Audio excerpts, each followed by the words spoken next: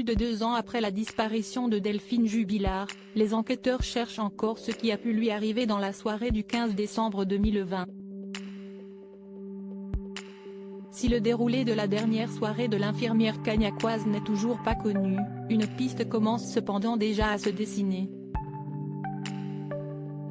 C'est du moins ce qu'a révélé le magazine Marianne, ce jeudi 5 janvier.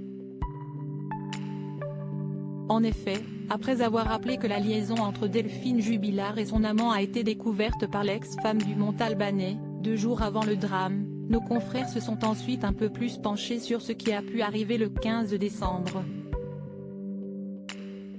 Delphine a-t-elle, elle aussi, ce soir-là, officialisé son départ comme vient de le faire Jean avec Cathy ? Ont-ils supposé ? Un scénario également plausible aux yeux des enquêteurs puisque cela pourrait corroborer la dispute que Louis, le fils du couple, a rapporté avoir entendue au juge. Mais pas que.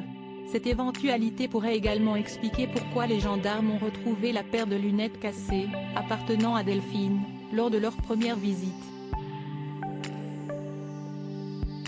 Supérieur à lire, minute par minute, Delphine Jubilard, retour sur le jour où elle a disparu. Cette terrible confidence faite par Cédric Jubilard comme l'avait précisé le journaliste Xavier Beneroso dans son documentaire intitulé Affaire Jubilard, enquête et révélation sur la disparition de Delphine, diffusé en mars dernier. Cédric avait déjà des soupçons quant à l'infidélité de son épouse.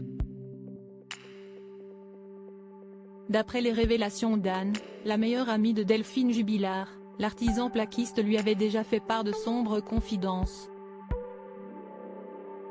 Il trouve des explications pour essayer de me prouver qu'elle a un amant, avait confié Anne, face caméra. Il me demande comment j'explique que la nounou vient à la maison sur ses jours de repos. Tout ça, je ne le sais pas moi, c'est difficile de lui répondre.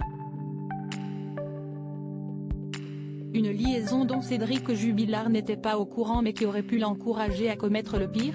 Il est devant moi, il pleure à grosses larmes, il me dit qu'il l'aime et qu'il ne veut pas la perdre, a-t-elle ensuite ajouté. Il finit la conversation avec des yeux tout secs en me disant « Mais si elle a un amant, je lui ferai à l'envers ». Une dernière confidence glaçante. Principal suspect dans cette affaire, Cédric Jubilard demeure présumé innocent des faits qui lui sont reprochés. Crédit photo, capture d'écran Facebook.